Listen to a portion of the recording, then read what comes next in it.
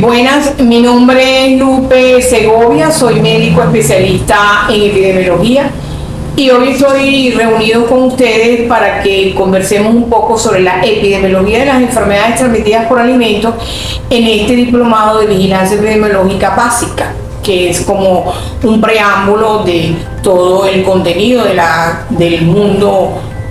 gran mundo de la vigilancia epidemiológica. Bien, siempre en este caso que nos hemos referido y hemos mencionado enfermedades transmitidas por alimentos, es importante ir canalizando cómo lo manejamos dentro de la parte epidemiológica.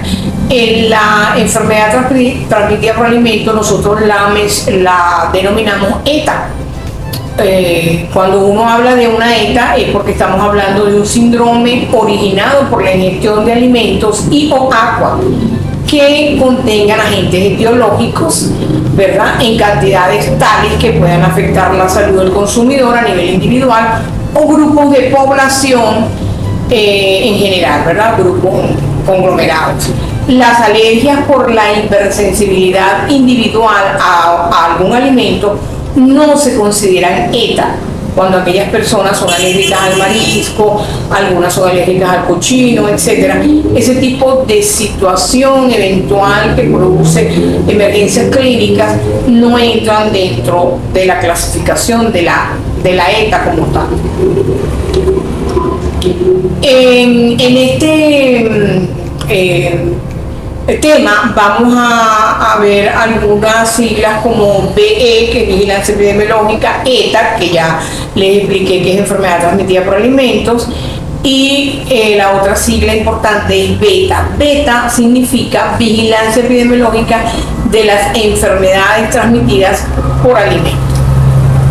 Bien, la ETA hoy en día tiene una clasificación importante. Normalmente cuando ustedes hacen una notificación y dicen tengo una ETA, debe dársele el título de la clasificación. Entonces la ETA puede ser una intoxicación alimentaria o puede ser una infección alimentaria. Entonces normalmente siempre el equipo de salud le dice a uno, mira, tengo una intoxicación alimentaria. No, lo correcto es denominar que tienes una ETA y luego tú le das el título, que es dentro de la ETA una infección alimentaria o una intoxicación alimentaria. Entonces la intoxicación alimentaria, cuando nosotros consideramos que debemos clasificar la ETA como una intoxicación alimentaria, vamos a hablar de vamos a hablar de una ETA que se produjo por efecto de la toxina de ese agente causal, ¿verdad? No la causó el agente causal como tal, sino que fue la liberación de la toxina de ese agente, que puede ser de tejidos de plantas o animales, o de productos metabólicos de microorganismos en los alimentos o por sustancias químicas que se incorporan al alimento de una manera accidental o incidental o también intencional y pueden en algún momento pues se hace el consumo de ese alimento, de esa porción del alimento y se da una intoxicación alimentaria. Además, que para definirla como una intoxicación alimentaria tenemos que valorar los parámetros de la sintomatología, los parámetros de los periodos de incubación, y eso nos da más o menos el acercamiento de pensar también el tipo de alimento que han consumido, porque dependiendo de ese alimento y de la forma como se ha consumido, podemos determinar que es una intoxicación alimentaria. Cuando hablamos de la infección alimentaria es la misma situación. El parámetro clínico y los parámetros del periodo de incubación o del consumo de cierto alimento nos pudiera dar que no estamos al frente de una ETA por intoxicación alimentaria, sino una ETA como infección alimentaria. Entonces esa es la segunda clasificación que se le debe establecer a la ETA. Entonces, la infección alimentaria son las ETA que son producidas por ingestión de alimentos y o agua que están contaminados con el agente infeccioso. Ahí la ingestión en el alimento es el agente infeccioso como tal, ¿no? Entonces, puede ser la bacteria, puede ser virus, puede ser un hongo, un parásito, que en la luz intestinal pues pueden multiplicarse o lisarse y producir toxinas y invadir pared intestinal y desde allí alcanzan otros aparatos o sistemas. Por lo general es muy importante establecer que en una infección alimentaria la diarrea predomina como síntoma cardinal y en el caso de una intoxicación alimentaria el síntoma que predomina es los gastrointestinales, en este caso náusea o vómito, ¿verdad? Y en el caso de una infección alimentaria, dolor abdominal y diarrea. Entonces, esos parámetros nos pueden más o menos ubicar hipotéticamente en el hecho de qué tipo de ETA se trata, ¿ok? Para establecer las intervenciones correspondientes. Ok, es importante conocer algunas definiciones básicas, ¿no? en este tema de este diplomado. Bueno, lo primero es conocer cómo vamos a definir el alimento. El alimento es toda sustancia elaborada, semi-elaborada o natural que se destina al consumo humano. Puede incluir las bebidas, una bebida preparada, jugos naturales, etc. Puede incluir los típicos dulces que se compran en algún almacén, como por ejemplo chicle, caramelo y cualquier otra sustancia que se utilice en la fabricación, en la preparación o tratamiento de los alimentos, pero no incluye algún tipo de cosmético, ¿verdad? Untado en el cuerpo, cremas para untar pues a nivel del cuerpo. Tampoco incluye el tabaco en su forma natural, en otros preparados, en el cigarrillo, etcétera, ni otro tipo de sustancia dentro de lo que serían medicamentos, ni otro tipo de drogas que se pueden utilizar para otros fines. Tampoco, al revés, entonces dentro del alimento vamos a considerar el agua, que no está establecido como un alimento, aunque no lo consideremos, el agua en el caso de las ETA se clasifica como un alimento. Entonces, si el consumo de un alimento general, preparado, sólido o líquido, pero una preparación, más el agua, son los que te dan la ETA, evidentemente, cualquiera de ellos, si están contaminados, son tomados en cuenta para ser procesados para revisión como una muestra, o podemos establecer que el consumo de esa agua contaminada fue la que causó la ETA. Entonces es muy importante tener eso claro para ver qué tipo de alimentos pudieran ser realmente viables para ocasionar una ETA. Entonces, cuando nosotros estamos considerando ya la ETA, estableciendo que pudiéramos estar al frente de una ETA por intoxicación alimentaria o una ETA por infección alimentaria, tenemos que empezar a analizar cómo se ha venido presentando en los humanos, ¿no? en la población. Entonces, lo primero que tenemos que establecer es que si viene a la emergencia una persona con una manifestación gastrointestinal o con una manifestación intestinal, que sería la diarrea, una sola persona que ha enfermado y manifiesta haber consumido un alimento X o agua en este caso, aún teniendo nosotros la evidencia epidemiológica y algún análisis de laboratorio que a lo mejor nos dé el agente causal y está dentro de los agentes que manejamos en el caso de las ETA, una sola persona la vamos a considerar caso de ETA. También se notifica, pero tiene otros ajustes. en la notificación, tiene una ficha diferente. Debemos partir de ese caso para hacer una investigación que nos permita establecer otras personas que hayan consumido en el mismo lugar, que hayan consumido el mismo alimento y que estén presentando sintomatología, pero que se estén dirigiendo a diferentes establecimientos de salud o que simple y llanamente no están asistiendo al establecimiento de salud porque su cuadro es leve. Si no se puede identificar a nadie para poderlos agrupar, entonces este caso, este evento queda como un caso de ETA solamente.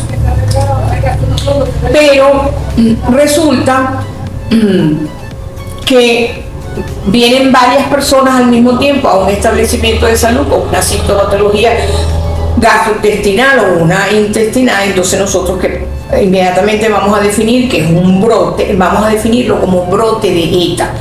2 o más personas que presenten una enfermedad similar después de haber ingerido un alimento común o agua del mismo origen, donde tengamos todas las evidencias epidemiológicas o incluso algún análisis de laboratorio que ya esté presentando el agente infeccioso en las mismas personas, podemos considerarlo un brote de ETA.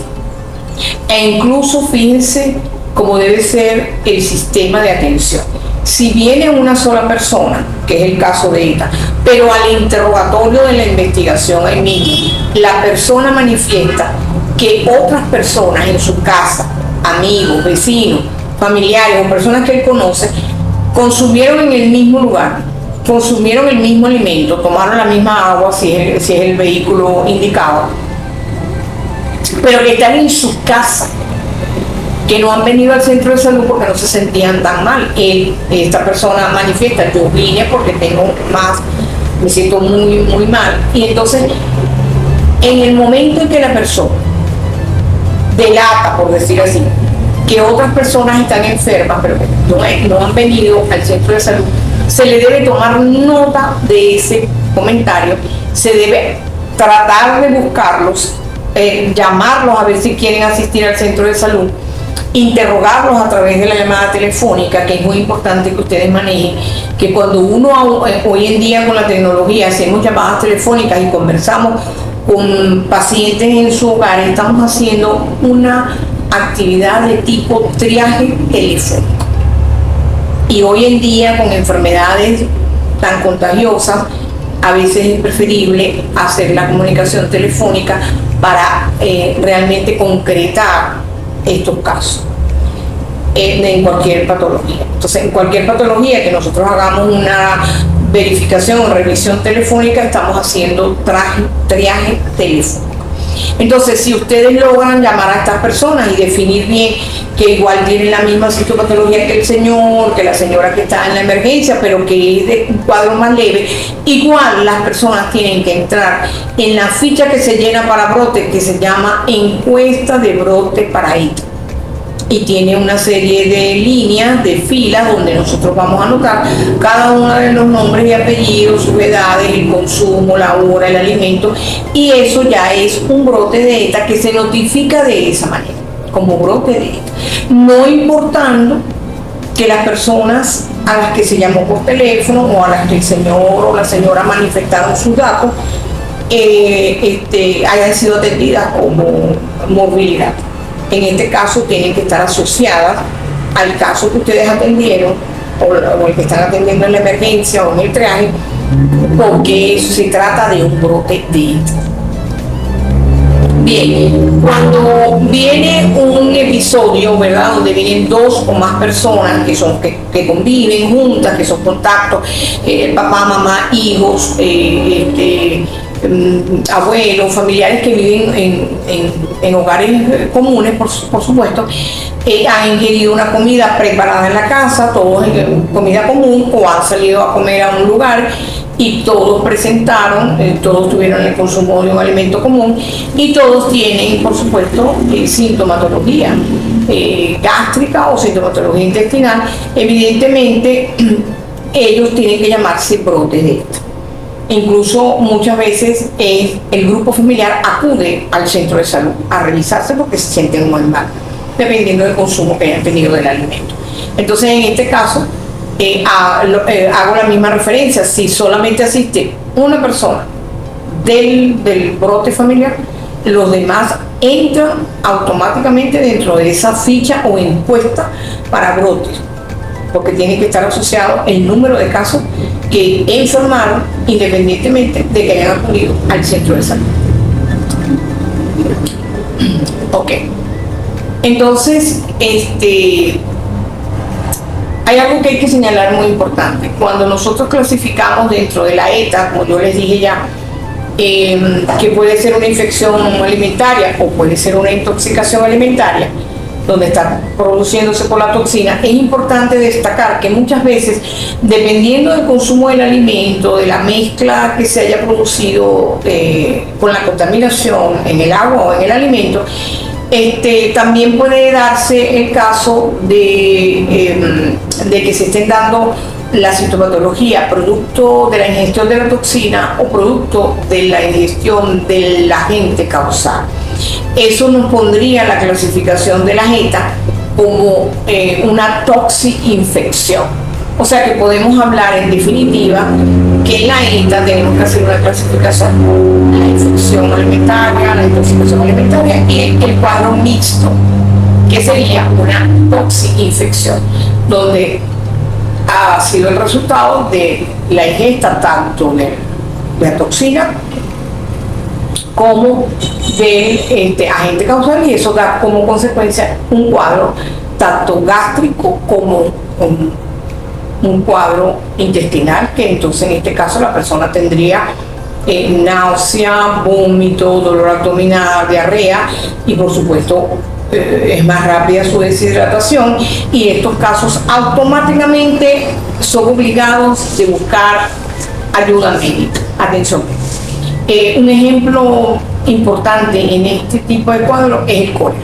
El cólera es una patología de atención médica inmediata. Bueno, y cuando hablamos de beta, que es una vigilancia de las ETA, es un sistema de información simple, oportuno, continuo de ciertas enfermedades que se adquiere por el consumo de alimentos o agua, como lo hemos venido definiendo, que incluye la investigación de los factores determinantes que pudieron haber llevado a este evento, incluye los agentes causales de la entidad, por supuesto, así como el establecimiento del diagnóstico de la situación, permitiendo la formulación de estrategias de acción para la prevención y para el control. El sistema beta debe cumplir además con los atributos de que sea flexible, aceptable, sensible y representativo. Bien, cuando vamos a la parte de la notificación, como les había hablado al principio en la definición, nosotros notificamos un caso, notificación de caso. Ante toda sospecha o un caso compatible con ETA, debe prepararse un informe, que es muy corto, muy sencillo. Eso lo hace el médico del establecimiento de salud o en este caso a veces son actividades que se hacen por el epidemiólogo municipal. Hoy en día hablamos de epidemiólogos de ASIC en la clasificación sanitaria que tiene Venezuela, o el médico que atiende este tipo de emergencia en un centro público o privado. Con este fin es importante aplicar una definición de caso de ETA. Se tienen que tener los elementos epidemiológicos y por supuesto a veces podemos llegar a tener hasta resultados de laboratorio con agentes causales que están definidos dentro de lo que son las ETA. Una vez establecido, confirmado el diagnóstico de los casos notificados de ETA, el personal de salud los compara con registros previos con el fin de verificar si existe alguna similitud o aspectos en común con otras personas que hayan venido durante el día con el mismo consumo de alimento, un alimento común, e incluso que hayan ido al mismo lugar, porque es allí cuando ustedes, al hacer esa investigación interna, pueden cambiar la notificación de caso a pronto, correcto, pero ya tiene que haberse analizado y haberse dado cuenta de que a lo mejor en la mañana vinieron algunas personas o una con las mismas características, el mismo lugar de consumo, el mismo alimento de consumo, en la tarde otro y en la noche otro, y ahí es donde se debe haber la revisión para darse cuenta de que realmente se trató de 3 personas que tal vez no se conozcan, pero que tuvieron el consumo en algún restaurante, en algún expendio de comida callejera, y realmente manifestaron las mismas dolencias, la misma manifestación clínica, y se refirieron al mismo alimento. Entonces obviamente tendríamos que pensar que, claro, porque recuerden que eso es importante para que se le dé la alerta a quien tiene que ir a investigar este tipo de expendios de comida, y tenemos que definir bien para que quien vaya a hacerlo, Contraloría Sanitaria o el mismo Departamento de Epidemiología, etcétera, sepa que la situación se está haciendo porque se ha generado un caso o un brote de esto. Muy bien, entonces, ok. Cuando hacemos una notificación de caso, se intenta entonces una primera caracterización. Como les dije, pues tendríamos que definir si hay otros casos para determinarlo como brote, y tenemos que entonces investigar tiempo, lugar y persona, hacer las variables que están determinadas dentro de una caracterización de caso. Si se trata del brote, pues se confirma o se procede a investigar. Y en los niveles locales debe definirse la oficina encargada de recepcionar estas notificaciones de casos o de brotes para que se hagan, como les estoy explicando, la revisión de esos expendios de comida. Generalmente esto se hace en todos los estados o en todos los países a través de higiene de los alimentos. Ok, ¿cuándo hacemos la notificación de brote? La notificación de brote puede hacerse a través de las fuentes formales e informales.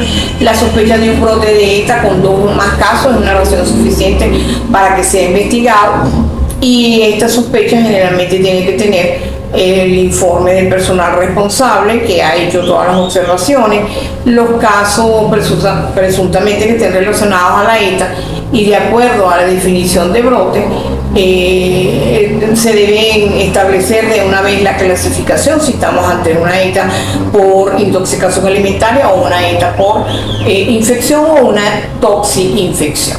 Los informes de ETA, después de una cuidadosa revisión, pueden revelar pues muchos análisis entre los casos, muchas similitudes. Uno puede inmediatamente, una vez que lo caracteriza, uno se da cuenta de que todos los consumidores del brote, el alimento consumido fue el común, el alimento, no hubo diferencias en el alimento, los que no comieron el alimento no enfermaron, los que comieron el alimento común que estamos pensando que es el causante, todos enfermaron.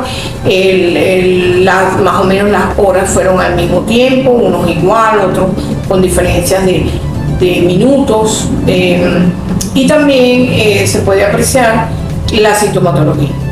Típicamente todos tienen la más alta frecuencia en síntomas gástricos, náusea y vómito, o la más alta frecuencia en sintomatología intestinal, que sería dolor abdominal y diarrea, o ambas, para poderlo considerar una toxinfección. Entonces, todo ese tipo de situaciones, ¿verdad?, tanto síntomas como el alimento consumido, el lugar del consumo, nos lleva a ya generar una serie de hipótesis para definir de qué pudiera tratarse el brote, qué posible agente infeccioso estaría trabajando allí, y qué tipo de alimentos pudo haber dado este virus. La notificación del brote debe circular a los diferentes niveles del servicio, siguiendo los flujogramas correspondientes que siempre se da del nivel local, nivel regional y luego el nivel central, ¿verdad? Y por supuesto se hace igual que cuando se hacen las enfermedades de notificación obligatoria a través de los reportes semanales, y se notifican como brotes de ETA.